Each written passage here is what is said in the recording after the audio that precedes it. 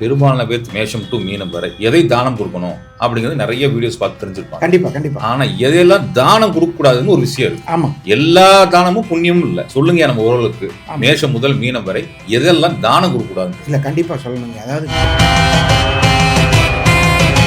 மேசராசி முதல் மீனராசி சில பேர் என்கிட்ட கேட்குறாங்க, இந்த ராசிக்கு நல்லா இல்லை, என்ன நீங்கள் நல்லா இருக்குன்னு சொல்றீங்க. பொது பலனை சொல்லக்கூடாது. இண்டிவிஜுவல் ஸ்கேன், இண்டிவிஜுவல் எக்ஸ்ரே பார்க்கும்போது தான் உங்களுக்கு என்ன பிரச்சனை இருக்குன்னு தெரியும். அந்த வகையில் அப்பா இருக்கிற ட்ரெஸ் இருக்குது. இப்போ ஒரு பையனுக்கு 2 மகன் இருக்கான்னு வச்சுக்கோங்க. அவன் ஒருத்தன் மேசராசி, ஒருத்தன் கன்னிராசி. மேசராசிக்காரன் கொடுக்காம கன்னிராசிக்காரன் கொடுக்கலாம், அது தப்பு கிடையாது. அது மாதிரி என்னை பொறுத்தவரை மேசராசிக்காரர்கள் தந்தை பயன்படுத்திய பொருள்களை தானமாக கொடுத்தால் இயற்கையில் இவர்கள் ஜாதகத்திற்கு உயிராற்றலை குறைத்து விடும். சோல் எனர்ஜின்னு சொல்றோம் இல்லையா, அந்த எனர்ஜியவே கம்மி பண்ணி விட்டுரும். என்னன்னு தெரியலங்க, ரொம்ப கஷ்டமா இருக்கு அப்படின்னாங்க. அப்ப நான் கேட்பேன், ஏப்பா நீ இதெல்லாம் பண்ண, எல்லாம் நன்மை என்று நீ எப்படி முடிவு செய்யலாம்? துளாராசிக்கு கீரைகள் தானம் செய்வது மிகப்பெரிய அதிர்ஷ்டத்தை குறைக்கும், உயிராற்றலையே குறைக்கும். ஐயா சுகமே சொல்லுங்க. ஓம் நம நாராயணி சொல்லுங்க. ஐயா பெரும்பாலான பேர் மேஷம் டு மீனம் வரை எதை தானம் கொடுக்கணும் அப்படிங்கிறது நிறைய வீடியோஸ் பார்த்து தெரிஞ்சிருப்பாங்க. கண்டிப்பா. ஆனா எதையெல்லாம் தானம் கொடுக்க கூடாதுன்னு ஒரு விஷயம் இருக்கு. ஆமா, எல்லா தானமும் புண்ணியமும் இல்ல. சொல்லுங்க நம்ம ஓரளவுக்கு மேஷம் முதல் மீனம் வரை எதெல்லாம் தானம் கொடுக்க கூடாது? இல்ல கண்டிப்பா சொல்லணுங்க. அதாவது மேசத்திலிருந்து மீனம் வரை இருக்கக்கூடிய எல்லா ராசிக்காரர்களும் எதையெல்லாம் தானம் கொடுக்காமல் இருந்தால் இவர்கள் வாழ்வில் உயிராற்றலை பெருக்கி இவர்கள் செய்யும் தொழிலில் லாபத்தை மிகப்பெரிய ஒரு அந்தஸ்துக்கு உயர்த்தக்கூடிய விஷயத்தை செய்யக்கூடாதுங்கிறத தெரிஞ்சுக்கிட்டாலே இன்னைக்கு வாழ்க்கையில் நல்லா முன்னேறலாம். நிச்சயமாங்க. ஐயா மேசராசிக்காரங்க இருக்காங்க. மேசராசிக்காரங்க என்ன நினைப்பாங்கன்னா, கோதுமை தானம் மிகவும் நல்லது, கோதுமை தானம் பண்ணுங்க.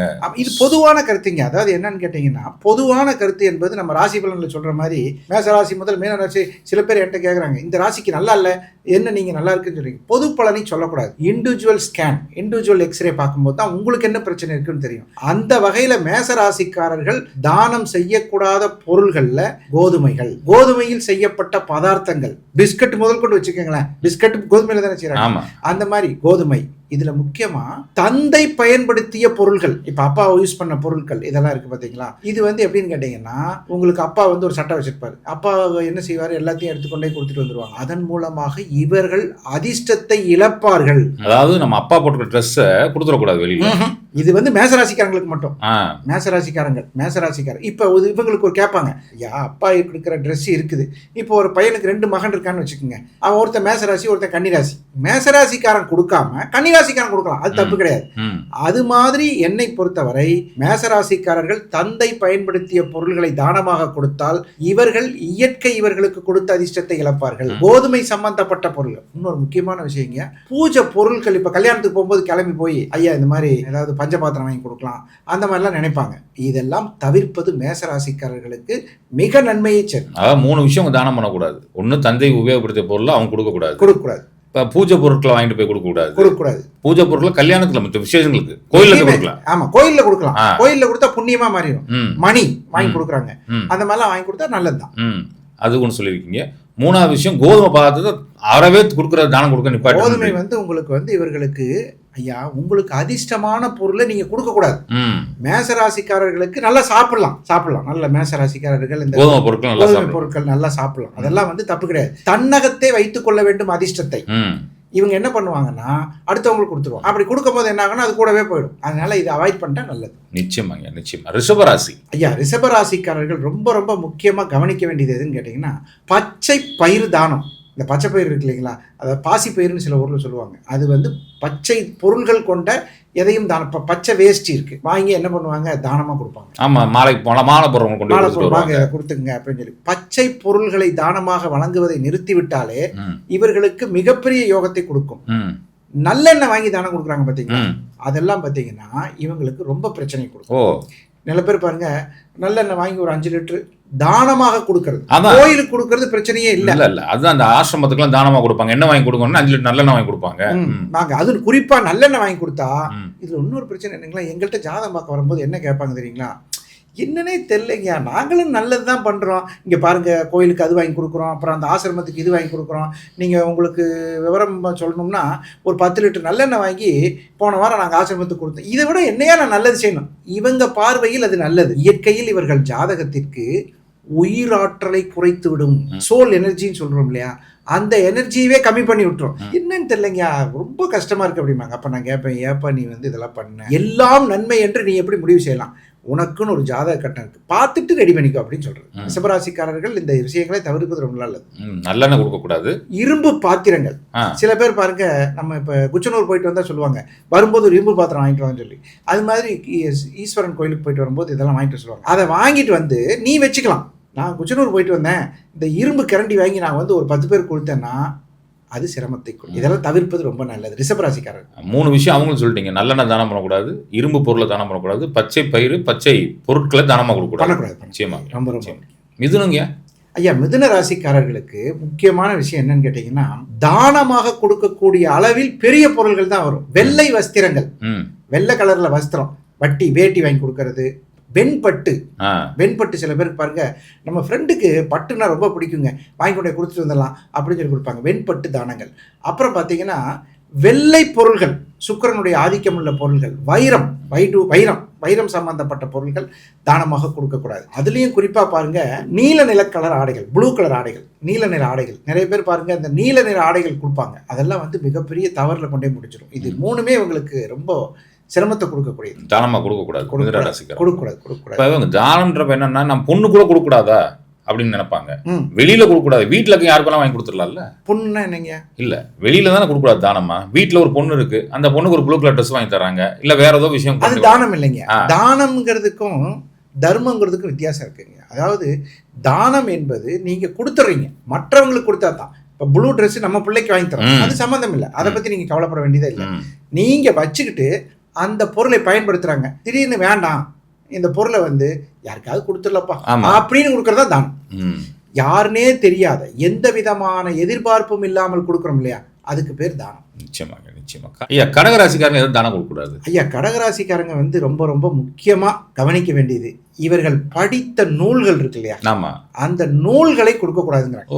ஒரு புக்கை படிச்சுட்டு அது வெளியில கொடுக்கக்கூடாது. ஐயா, புக்குக்கு உயிர் இருக்குங்க, அந்த புக்கு உயிர் ஆற்றலோடு. எல்லா புக்கையும் கொடுக்கக்கூடாதா அப்படின்னு பார்க்கும்போது, இவர்கள் படித்து ரசித்த புக்கு இருக்கும் பாருங்க. சில புக்கெல்லாம் படித்து பார்த்துட்டு அப்படி ரசித்து பார்ப்பாங்க.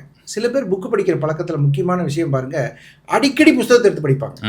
அடிக்கடி அந்த மாதிரி புஸ்தகங்கள் நிறைய இருக்கு. நான் பாருங்க, இந்த யோகியின் சரித்திரம்னு ஒரு புக்கு, அந்த புக்கு எல்லாருக்கும் இலவசமாவே கிடைக்கும்.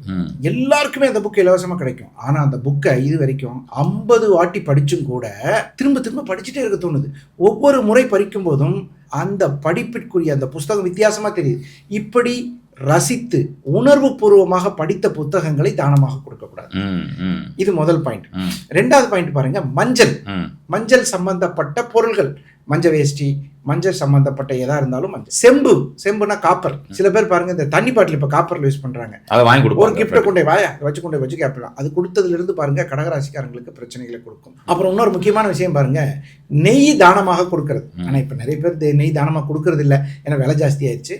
ஆனா பொதுவா பாருங்க, நெய் தானமாக கொடுப்பதை தவிர்த்து கொண்டால் இந்த கடகராசிக்காரர்கள் உயிர் ஆற்றலை, அவங்களுடைய சோல் எனர்ஜி என்று சொல்லக்கூடியது ரொம்ப நல்லா பவர்ஃபுல்லா நல்லா மாறிடுவாங்க. இதுவரைக்கும் கொடுத்திருந்தா பரவாயில்ல, இனிமேல் கொடுக்காமல் இருப்பது நம்மளுடைய உறவுகளுக்கு மிகப்பெரிய வெற்றியை தரும். சிம்மராசிக்காரர்கள் எதை தானம் கொடுக்கக்கூடாது. ஐயா, அந்த தானம் அதிகமாக கொடுக்கறது சிம்மராசிக்காரங்க. பெரும்பாலும் பாருங்க, பள்ளிக்கூடத்திற்கு போய் நிறைய சேவைகள் செய்யக்கூடிய ராசி சிம்மராசி. அதாவது குழந்தைகளுக்கு எல்லாத்துக்கும் நல்லது செய்யக்கூடியது. அந்த சிம்ம ராசிக்கு குரு சம்பந்தப்பட்ட பொருள்கள் அப்படின்னு சொல்லி, குரு பாடல்கள் அப்படின்னு சொல்லி இருக்குதுங்க. குரு சம்பந்தப்பட்ட புத்தகங்கள், குரு சம்பந்தப்பட்ட படிப்பினைகள், இதெல்லாம் நீங்க கொடுக்கக்கூடாது. இன்னொன்று பாருங்க, ரொம்ப ரொம்ப முக்கியமான விஷயம், பவளம். சில பேர் பாருங்க, பவள மோதிரத்தை தானமாக கொடுப்பாங்க. பவளங்களே நிறைய, நான் சொல்றது பழங்காலத்தில் நிறைய பேர் பவளம் அதெல்லாம் கொடுப்பாங்க. அப்புறம் சிகப்பு நிற பொருள்கள் நிறைய இருக்குங்க. இப்போ ஒரு நண்பரை போய் பார்க்க போகிறோம், நீங்கள் ஃப்ரெண்ட்லியாக பார்க்க போகிறோன்னு போவோம், ஆப்பிள் இதெல்லாம் கொண்டு போய் கொடுக்கறது பெரும்பாலும் சிம்மராசிக்கு எதிர்ப்பாக வரும். என்கிட்ட ஒருத்தர் சொன்னார், கன்ஃபார்ம் ஆயிடுச்சு ஜாப்பு, இவர் கொண்டு போய் ஆப்பிளை கொடுத்து, சார் நான் ஜாயின் பண்ணிக்கிறேன் சார் சொல்லும்போது, ஒரு 2-3 டேஸ் வெயிட் பண்ணுங்க, அந்த ஆஃபர் கட்டே கேன்சல் ஆயிடுச்சு. ஸோ இந்த மாதிரி பெரும்பாலும் சிம்மராசிக்காரர்கள் சிகப்பான பொருள்கள். அப்புறம் முக்கியமாக பாருங்கள், குங்குமம், இந்த குங்குமம்னு சொல்லக்கூடிய அந்த பொருள்களை வாங்கி நிறைய பேர் வந்து தானமாக கொடுப்பாங்க. இப்போ சிம்மராசியில் ஒரு பெண் இருக்கான்னு வச்சுக்கோங்களேன், அவங்க வீட்டில் இருந்து போகிறப்ப இந்த புடவை இதெல்லாம் வச்சு கொடுப்பாங்களா, ஜாக்கெட் குங்குமம்லாம் வச்சு கொடுப்பாங்களா, அதெல்லாம் கொடுக்கக்கூடாது சிம்மராசி பெண்கள்? ஐயா, தானமாக கொடுக்கக்கூடாது.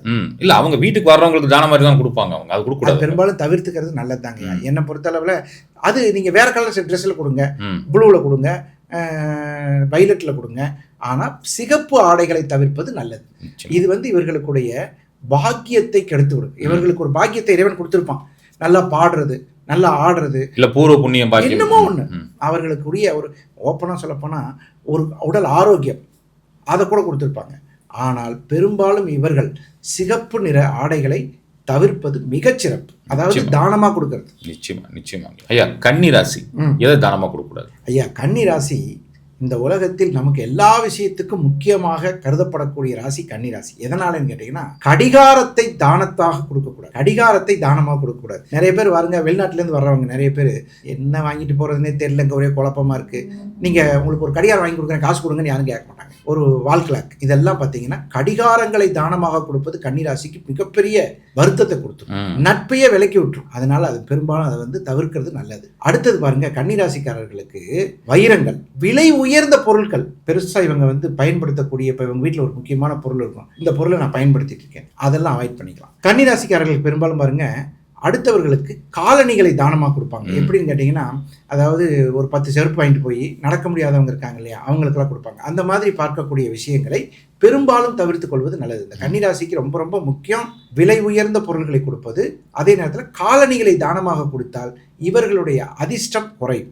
அதே மாதிரி கடிகாரம் ரொம்ப ரொம்ப முக்கியம், கொடுக்கூடாது. கன்னிராசிக்காரங்க கடிகாரம் சேம்பிளே செஞ்சு பார்க்க சொல்லுங்கிறேன். இப்போ நம்ம ஆளுங்க இருக்காங்கல்ல, நம்மளுடைய சொந்தங்கள்கிட்ட கொடுத்து ஒரு கன்னிராசிக்காரன் நீ செக் பண்ணு, ஒரு கடிகாரத்தை கொடுத்து அவருடைய நட்பு வேணும் அப்படின்னு கொடுத்துட்டு வர சொல்லுங்க. அதுக்கப்புறம் பார்த்தீங்கன்னா ஃபோன் பண்ண எடுக்க மாட்டார். இவர் ஃபோன் பண்ண சொல்லுங்க, பிஸியாக இருக்க தம்பி, அப்புறம் கூப்பிட்றேன் அப்படின்றாங்க. இவருக்கு காரணமே புரியாது. எவ்வளோ பெரிய வாட்சு நம்ம கொண்டே கொடுத்துட்டு வந்தோம், இவர் வாட்டில் தூக்கி போட்டாரு, நம்மளுக்கு அது மரியாதை இல்லாமல் போச்சு அப்படின்னு. காரணம் அந்த தானம். சூப்பர்ங்க. துலாம் ராசி எதை தானம் கொடுக்கக்கூடாது? அந்த துலாம் ராசிக்கு ரொம்ப முக்கியமாக பொதுவாக கிஃப்ட்னா எல்லாரும் என்னத்தையா கொடுப்பாங்க, கிஃப்ட் அல்லது தானம். பேனா வந்து பார்த்தீங்கன்னா துலாம் ராசிக்காரங்க இப்போ உங்களுக்கு கொடுக்குறோன்னு வைங்களேன், திருப்பி வாங்கிக்கணும். சில இடங்களில் பேங்கில் எல்லா இடத்துலையும் நம்ம கொடுக்குறோம், கொடுத்துட்டு மறந்துட்டு வந்துடுவாங்க. இந்த உலகத்தில் அதிகமாக பேனா வாங்கின ஆளை கூப்பிட்டு பார்த்தீங்கன்னா துலா ராசிக்காரங்க தான். ரசித்து வச்சுருப்பாங்க. எல்லாம் நிறைய பேனாக்கள், பைலட் பேனா இருக்கா, இந்த பேனா இருக்கா, அந்த பேனா, எல்லா பேனா வச்சுருப்பாங்க. கடைசியில் முக்கியமான நேரத்துக்கு உங்களுக்கு பேனா கிடைக்காது. அந்த மாதிரி பேனாக்கள் தானம் செய்வதை பெரும்பாலும் துளாராசிக்காரர்கள் அவாய்ட் பண்ணிக்கிறது நல்லதுங்க. அதில் குறிப்பாக 9ஆம் இடத்தினுடைய பாக்கியஸ்தானம் அதிகரிக்க வேண்டும் என்றால், அதாவது நீங்கள் கொடுத்து ஒரு தானத்தை ஏற்கிறதுனால புண்ணியம் ஏற்றுக்கிறது ஒரு பாயிண்ட். கொடுக்காம இருந்தாலே ஒரு புண்ணியம் உங்ககிட்ட இருக்கிறது ஏற்கனவே இருக்கும். அப்படிங்கிற வகையில் பச்சை பயிர், பாசி பயிர் இருக்கு இல்லைங்களா, பெரும்பாலும் துளாராசிக்காரர்கள் தராமல் இருக்கலாம். சில பேர் பாருங்க, இந்த காட்டில் விளையிற கீரை இருக்கு பாருங்க, கீரை வகைகள், காட்டுக்கீரை, ஆமாம், நம்ம தோட்டத்தில் விளைஞ்சு சொல்லி பக்கத்து வீட்டில் கொடுப்போம் அப்படின்னு சொல்லி. அதை நான் அப்புறம் கொஞ்ச நாள் கழிச்சு பாருங்க, எங்கள் வீட்டில் இருந்து முருங்கைக்கீரை கொண்டு வந்து கொடுத்தோம், கொஞ்சம் கூட அவங்களுக்கு அந்த விசுவாசமே இல்லைங்க அப்படிம்பாங்க. என்னங்க இப்படி, நம்ம நல்லது தானே செஞ்சோம் அப்படிமா. துளாராசிக்கு கீரைகள் தானம் செய்வது மிகப்பெரிய அதிர்ஷ்டத்தை குறைக்கும், உயிராற்றலையே குறைக்கும். அதனால பெரும்பாலும் கீரை, ஏன்னா மேனுவல் வந்து வேற, அதே நேரத்தில் இது ஜீவநாடியாக இருக்கக்கூடிய கீரைகளை கொடுப்பதனால் பெரும்பாலும் இவர்களுக்கு அந்த கஷ்டத்தை கொடுக்கும். இதே இன்னொன்று பாருங்க, இவங்க இன்னொரு கேள்வி கேட்பாங்க, அப்ப நான் ஒரு பசுமாட்டுக்கு கொடுக்கணும்னு நினைக்கிறேன், அகத்திக்கீரை, இது தானமா? இல்லை, இதை நீங்க செய்யலாம்.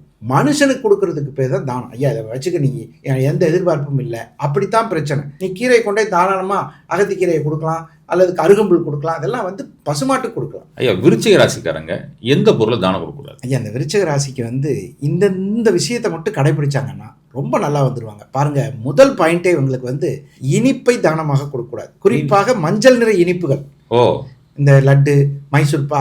ஏன்னா இவங்க என்ன பண்ணுவாங்கன்னா, முதல்ல ஊர்லேருந்து கிளம்புனேன் உடனே பிள்ளைக்கு ஸ்வீட் வாங்கிட்டு பாப்பா அப்படின்னு சொல்லி தானம் கொடுப்பாங்க. எங்கே போனாலும் பெரும்பாலும் இவர்கள் இந்த மாதிரி விஷயங்களை அவாய்ட் பண்ணும். இதில் குறிப்பாக இன்னொரு விஷயம் பாருங்க, இந்த ஜீரா போட்ட இதுக்கு பாருங்க, குலோப் ஜாமு, அப்புறம் தண்ணியில் ஊற வைத்த சில பொருள்கள், அதனால் ரசமலாயின்னு இந்த மாதிரி விஷயங்களை வந்து பெரும்பாலும் இவர்கள் அவாய்ட் பண்ணிட்டாலே இவர்களுக்கு ரொம்ப நல்லா இருக்கும். அதாவது தானம் கொடுக்கறது அவாய்ட் பண்ணிட்டா, தானம் கொடுக்கவே கூடாது. வாங்கி நல்லா சாப்பிடுங்க, சந்தோஷமா இருங்க, வீட்டில் இருக்கிறவங்களுக்கு வாங்கிட்டு போய் கொடுங்க. நம்ம வீட்டில் இருக்கிறவங்களுக்கு கொடுக்கறது பேர் தானம் இல்லை, அது பயன்பாடு. இப்போ ஒருத்தர்கிட்ட இப்போ என்ன சொல்றதுன்னா, ஒய்ஃபுக்கும் இவருக்கும் சண்டை, விருச்சிக ராசிக்காரங்களுக்கும் ஒய்ஃபுக்கும் சண்டை. அன்னைக்கு போற அன்னைக்கு ரசமலாய் வாங்கி போக சொல்லுங்க, 2 பேரும் சந்தோஷமாயிருவாங்க. அது வந்து குடும்பம். வெளியில தானமா கொடுக்கறது, ஒரு 5 கிலோ வாங்கி கொடுக்கறது, இந்த மாதிரி விஷயங்களை அவாய்ட் பண்ணிக்கிறது. பெரும்பாலும் சர்க்கரையில் ஊற வைத்த பதார்த்தங்கள். ஐயா, தனுசு ராசிக்காரர்கள் எதை தானம் கொடுக்கக்கூடாது? ஐயா, இந்த தனுசு ராசின்னு நினைக்கும் போது இன்ட்ரெஸ்டிங்கான மேட்ரு. இன்னைக்கு வந்து ஃபேஷன், யாரை பார்த்தாலும் எனக்கு ஒரு மொபைல் வாங்கி கொடு அப்படிம்பாங்க. இல்லைன்னா மொபைலில் சர்ப்ரைஸ் கிஃப்டாக வாங்கி கொடுப்பாங்க நிறைய பேர். ஆமாம், இன்னைக்கு அது ஒரு ரொம்ப முக்கியமாக. ஏன்னா ஒரு ஆளுக்கு 2 மொபைல் அத்தியாவசியமாக இருக்குது. அப்போ எதை பொருளை வாங்கி கொடுத்தா அவங்க பயன்படுத்துகிற மாதிரி வாங்கி கொடுப்போம் அப்படின்னு சொல்லுவாங்க. அதில் பாருங்கள், இந்த தனுசு ராசிக்காரர்கள் யாருக்கு மொபைல் வாங்கி கொடுத்தாலும் கண்டிப்பாக அவர்களுடன் உறவு துண்டிப்பாயிரும். இதில் தனுசு ராசிக்காரங்க யாருக்கு தானமாக வாங்கி கொடுத்தாலும் சரி, யாருக்கு வேணாலும் சொல்லிக்கோங்க, இதை தவிர்த்துட்டாங்கன்னா பெரும்பாலும் இவர்களுடைய அதிர்ஷ்டம் இவர்கள்ட்டே இருக்கும். இதை குறிப்பாக எப்படி சொல்லிக்கலாம்னா, எலக்ட்ரானிக் பொருள்கள் எல்லாத்துலேயுமே, எலக்ட்ரானிக் அண்ட் எலக்ட்ரிக்கல் பொருள்கள் எல்லாத்துலேயுமே, குறிப்பாக இப்போ சமீபத்தில் லேட்டஸ்டாக இருக்கிறது மொபைல். அதை தவிர்த்துக்கிறது ரொம்ப ரொம்ப நல்லது. சிகப்பு வண்ண ஆடைகள், சிகப்பு கலரில் இருக்கக்கூடிய ட்ரெஸ், இதெல்லாம் அவாய்ட் பண்ணிக்கிட்டாலே, பெரும்பாலும் தானம் பண்ணுறதை அவாய்ட் பண்ணிக்கிட்டாலே தனுசு ராசிக்காரர்களுக்கு சிறப்பாக இருக்கும். சிகப்பு நிற பொருட்களை தானமாக கொடுக்கக்கூடாது. ஏதோ ஒரு இடத்துக்கு போகிறோம், ஒரு ஆசிரமத்துக்கே போகிறோம், ட்ரெஸ் வாங்கி கொடுப்போம் நினைப்போம், அது சிவப்பு கலர் வாங்கி கொடுக்கக்கூடாதுங்க. அது கொஞ்சம் அவாய்ட் பண்ணிக்கலாம். நிச்சயமா. ஐயா, இந்த தனுசு ராசிக்காரங்க முக்கியமாக கவனிக்க வேண்டியது என்னன்னு கேட்டிங்கன்னா, இந்த இண்டக்ஷன் ஸ்டவ்னு சொல்லுவோம் தெரியுமா, எலக்ட்ரிக் அடுப்பு. இது வாங்கி நிறைய பேருக்கு பேக் பண்ணி அழகாக, ஏன்னா பார்க்குறதுக்கு நல்லா அழகாக இருக்கும், பார்சல் பண்ணி அதெல்லாம் கொண்டு போய் கொடுக்கறதுக்கு. இதை தவிர்க்கவும், குறிப்பாக நம்மளுடைய ரெகுலர் அடுப்பு இருக்கு இல்லைங்களா, அடுப்புகளை அடுத்தவர்களுக்கு தானமாக கொடுப்பது மிகப்பெரிய தவறு. இவங்க யூஸ் பண்ணிடுவாங்கய்யா. சில நேரங்கள் என்ன பண்ணுவாங்க, இவங்க இப்போ எல்லாம் என்னது, இப்போ அட்வான்ஸ்டு ஸ்டவ்ஸ் எல்லாம் வந்துருச்சு. அந்த ஸ்டவ் இவங்க வாங்கிட்டு அதை இவர்கள் தானமாக கொடுத்தால், யாரோ ஒருத்தர் பழசு, யாரோ ஒருத்தர் இல்லாத ஒருத்தர் கேட்கிறாரு, கொடுப்பாங்கன்னு வச்சுக்கோங்களேன், கண்டிப்பா அதிலிருந்து இவர்களுடைய சுபத்துவம் குறைய ஆரம்பிச்சிடும். அதனால பெரும்பாலும் தனுசு ராசிக்காரர்கள் அடுப்பு, சிகப்பு நிற பொருட்கள், மொபைல், எலக்ட்ரானிக் பொருட்கள் சேர்த்துக்குங்க. அதனால இதெல்லாம் அவாய்ட் பண்ணிட்டாலே இவர்களுடைய வாழ்க்கையில் மிகப்பெரிய நன்மைகளை தரும். ஐயா, மகர ராசிக்காரர்கள் எதை தானமாக கொடுக்கக்கூடாது? இந்த காலபுருஷனுக்கு 10வது ராசியா இவங்களை நம்பி தான் உலகமே தொழில் உருளுது. இவங்க பெரும்பாலும் பார்த்தீங்கன்னா பெர்ஃப்யூம்னா சென்ட் பாட்டில் வாங்கி கொடுத்தீங்கன்னா உறவுகளில் பிரச்சனையும் தொழிலில் தொய்வையும் கொடுத்துரும். சென்ட் பாட்டில் நீங்க தானமா கொடுக்கவே கூடாது மகர ராசிக்காரர்கள். இன்னொரு முக்கியமான விஷயம், எள்ளுருண்டை இருக்கு இல்லையா, நிறைய பேர் பாருங்க இப்ப சமீபமா கோயில்ல கூட நிறைய பேர் எள்ளுருண்டை கொடுத்துட்டு இருக்காங்க. எள்ளுருண்டை தானமாக கொடுத்தால் இவர்களுடைய லாபத்தை குறைத்துவிடும். மகர ராசிக்காரர்கள் எள்ளுருண்டையை தானமாக கொடுக்கக்கூடாது. எள்ளால் செய்யப்பட்ட உணவுகள், இப்ப முறுக்குல பாருங்க எள்ளு இருக்கும், எள்ளு தினமும் சாப்பிட்றது ரொம்ப நல்லதுங்கய்யா, உங்களுடைய உயிராற்றலை பெருக்கும். அதை தானமாக கொடுக்கும்போது மகர ராசிக்காரர்களுக்கு உயிர் ஆற்றலை குறைக்கும், தொழிலில் லாபத்தை குறைக்கும், கஸ்டமரை குறைச்சு விட்டுரும். அப்ப சென்ட் கொடுக்கக்கூடாது, எள்ளு உருண்ட பொருள் கொடுக்கக்கூடாது, எள்ளு சம்பந்தப்பட்ட பொருட்கள் கொடுக்கக்கூடாது. நிச்சயமாக. ஐயா, கும்பராசிக்காரர்கள் எதை தானமாக கொடுக்கக்கூடாது? ஐயா, இந்த கும்பராசிக்காரர்கள் தான் தானத்துக்கு பேர் போனவர்கள். அந்த கும்பராசியில மிகப்பெரிய ஒருத்தர் தர்மம் பண்ணிட்டே இருப்பாரு, தானம் பண்ணிட்டே இருப்பாரு. அது புரட்டாதி நட்சத்திரம் இன்னும் கூடுதல். ஐயோ, அது ரொம்ப சூப்பர். இவங்களுக்கு தான் ரொம்ப முக்கியமா 3 விஷயத்த சொல்லணுங்க. 3 சொல்லணும், இவங்களுக்கு 30 விஷயம் இருக்கு, இருந்தாலும் இந்த 3 முக்கியமா சொல்லிடலாம். இந்த சேலையில முந்தானை இருக்கு பார்த்தீங்களா, இதை கொடுத்து தொடக்க சொல்ற அளவுக்கு மிகப்பெரிய ஒரு அன்பாளர்கள் இவங்க, இந்த கும்பராசிக்காரர். கர்ச்சிப்பு வாங்கி ஒரு 10 பேக் பண்ணி இதை கொண்டே கொடுத்துட்டு வந்துடலாம் அப்படிம்பாங்க. தானமா கர்ச்சீப் கொடுக்கவே கூடாது. தானம்ன்ற விட ஃப்ரெண்ட்ஸ் கூட கர்ச்சீப் கொடுக்கக்கூடாது. நீங்க கர்ச்சீப்பை தொட்டா பேசாம பாக்கெட்ல வச்சுக்கணும். கர்ச்சீப்பை கிஃப்டா கொடுக்கக்கூடாது. இன்னொரு விஷயம் பாருங்க, கர்ச்சீப்பை அவங்க பெரும்பாலும் பயன்படுத்துவாங்க, அது நல்லது, ஆனால் தானமாக கொடுக்கக்கூடாது. இந்த கீ செயின், டிசைனா கீ செயின் பாருங்க, முருகர் படம் போட்ட கீ செயின் இவங்க வச்சிருப்பாங்க. இவங்க வண்டியில பாருங்க முருகர் படம் கீ செயின். அந்த கீ செயின்களை நல்லா இருக்கு எனக்கு ஒன்று கொடுங்கன்னா தானமாக கொடுக்க கூடாது. நீங்க யாருக்கு கீ செயின் கொடுக்குறீங்களோ பிரிவினை கண்டிப்பாக வரும். அடுத்தது பாருங்க, ரொம்ப ரொம்ப முக்கியம், இது பெரும்பாலும் இப்ப கொடுக்குற நிலைமையில இல்லை, இருந்தாலும் இதை சொல்லிடலாம். இவங்க என்ன பண்ணுவாங்கன்னா, நட்புன்னு பார்த்துட்டா தானம் வந்துட்டு செஞ்சிடலாம் வாங்க அப்படிம்பாரு. வெள்ளியால் செய்யப்பட்ட பொருள்கள், இப்ப ஆண்களாக இருந்தால் மெட்டி கூட சில பேருக்கு வாங்கி தானமா கொடுப்பாங்க. இல்லைன்னா கல்யாணத்துக்கு போறப்ப கிஃப்ட் வாங்கி கொடுப்பாங்க. வெள்ளி விளக்கு, ஒரு சின்ன விளக்கா இருக்கட்டும். பெரும்பாலும் கும்பராசிக்காரர்கள் வெள்ளியில் செய்யப்பட்ட இந்த குங்குமச்சிமிழ் இதெல்லாம் வாங்கி கொடுத்தாங்கன்னா அந்த உறவுகளில் விரிசல் ஏற்பட்டே தீரும். அதுல மாற்றமே கிடையாது. 3 சொல்லிடலாங்க. அவங்க கர்ச்சீப்பு, கீச்சைன்னு, வெள்ளி பொருட்கள், இது அவாய்ட் பண்ணிட்டாலே இவர்களுடைய இயற்கையா பிரபஞ்சம் இவர்களுக்கு கொடுத்த உயர் ஆற்றலை பயன்படுத்தும் சக்தியை பெறுவார். நிச்சயமாக. ஐயா, மீனராசி எதை தானமாக கொடுக்கூடாது? உண்மையாவேங்க, அந்த மீனராசிக்காரர்கள் முக்கியமா கொடை தானம்னு ஒண்ணு இருக்கு. ஆமா, மழை காலத்துல கொடை கொடுத்துட்டு வருவாங்க. நிறைய கொடை வாங்கி வச்சு கொடுப்பாங்க. கொடை கொடுப்பது இவர்களுக்கு மிகப்பெரிய சிரமத்தை கொடுத்துரும். கொடை வந்து இவங்க பெரும்பாலும் தானம் பண்ணுறதை அவாய்ட் பண்ணிடும். ரெண்டாவது, கொடை வாங்கிட்டு போயிட்டு தரமாட்டாங்க, அதுவும் தானத்தில் தான் வரும். மழை பெய்யுது கொடுங்க கொண்டு போங்கன்னு கொடுக்கக்கூடாது. கொடை தானம் தவிர்ப்பது நல்லது. இன்னொன்று முக்கியம், பால். இந்த பாருங்க, சில குடும்பங்களில் பாருங்க, சாயங்காலம் 6 மணிக்கு மேலே பால் கேட்டால் தரமாட்டாங்க. மத்தியானத்தில் போய் கேட்டால் தருவாங்க, 6 மணிக்கு இல்லைங்க பால் இருக்குன்ட்டு ஆனால் தரமாட்டேன்பாங்க. அது மாதிரி பால் தானம் இவர்களுக்கு சிறப்பில்லை. பெரும்பாலும் பார்த்தீங்கன்னா கொடை கொடுக்கக்கூடாது, பால் கொடுக்கக்கூடாது. அப்புறம் நீர் சம்பந்தப்பட்ட பொருட்களை தவிர்த்திடணும். இன்னும் ரொம்ப ரொம்ப முக்கியம், இதை கொடுத்தா மீனராசிக்காரர்களுக்கு சிரமத்தை கொடுக்கும், வளர்ச்சியை கெடுக்கும் அப்படிங்கிற விஷயத்தில் கொண்ட கடலை, கடலை பருப்பு இந்த தானமாக கொடுத்தால் இவர்களுக்கு உயிராற்றலை குறைக்கும். பெரும்பாலும் பாருங்க, இந்த மீனராசிக்காரர்கள் இதை தானமாக கொடுப்பதை தவிர்ப்பது நல்லது. நிச்சயமாங்க. இவங்க நிறைய கொண்டக்கடலை கொடுத்துட்டு வருவாங்க, அதனால பெரும்பாலும் தவிர்த்துக்கலாம். இதில் ஒரு முக்கியமான விஷயம் கேட்பாங்க. இப்போ பாருங்க, ஒரு கொண்டக்கடலை குழம்பு எங்கள் வீட்டில் வச்சுருக்கோம், அதை கொண்டே பக்கத்து வீட்டில் கொடுக்கலாமானா அதை கூட தவிர்த்தால் மீனராசிக்கு நல்லது. நிச்சயமாங்க, நிச்சயமா. நெஞ்சார்ந்த நன்றிகள் ஐயா, சுகமே சொல்லுங்க.